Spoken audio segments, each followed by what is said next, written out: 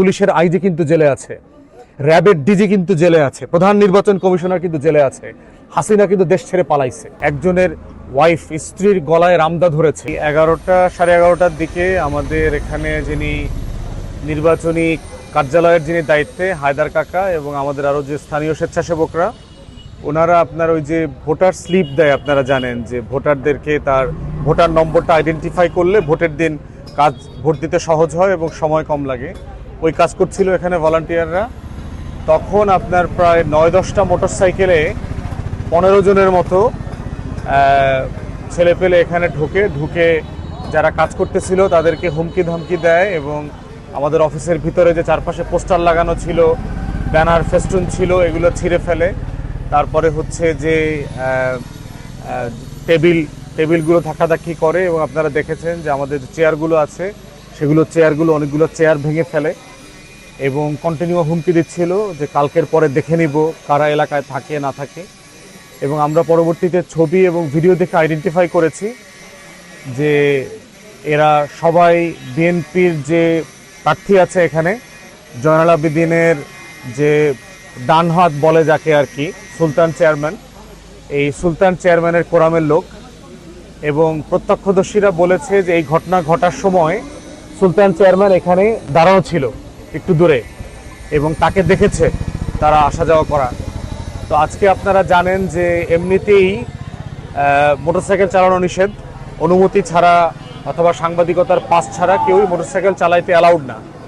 তো সেই রকম একটা সময়ে এরকম 9-10টা মোটরসাইকেল নিয়ে বাজারে টহল দেওয়া, মহড়া দেওয়া এবং সেইটা সুলতান চেয়ারম্যান যিনি বিএনপির এই উপজেলার আহ্বায়কের দায়িত্বে আছে তার নেতৃত্বে এগুলো ঘটা, যেটা খুবই দুঃখজনক এবং অনাকাঙ্ক্ষিত। প্রশাসনকে আমরা গত কয়েকদিন এবং সপ্তাহ থেকে বলছি এই ঘটনাগুলো ঘটার আশঙ্কা আমরা করছি। তৃণমূলে এগুলো শুধু মাধব পাশায় না, আজকে আমার এই অফিসে না, অন্য সব জায়গাতে এই ঘটনাগুলো ঘটছে। আপনাদের সাথে গণমাধ্যমে আমি গতকালকেই মাত্র অশ্বিনী কুমার টাউন হল বরিশালে প্রেস ব্রিফিংয়ে কিন্তু এই আশঙ্কাগুলোর কথা বলেছি। এবং আজকে সকালে নাজিরপুরে একই ঘটনা ঘটেছে, বাটামারাতে ঘটেছে, গতকালকে সন্ধ্যার সময় চরকালেখান গাছুয়াতে আমাদের নেতাকর্মীদের বাড়িতে গিয়ে একজনের ওয়াইফ স্ত্রীর গলায় রামদা ধরেছে বিএনপির লোকজন। এবং ওখানে মুরাদির যে বিএনপির সেক্রেটারি আছে কাজী কামাল নামে এক পরিচিত গুন্ডা সন্ত্রাসী, তার নেতৃত্বে ছেলেপেলেগুলো এগুলো করেছে আর কি।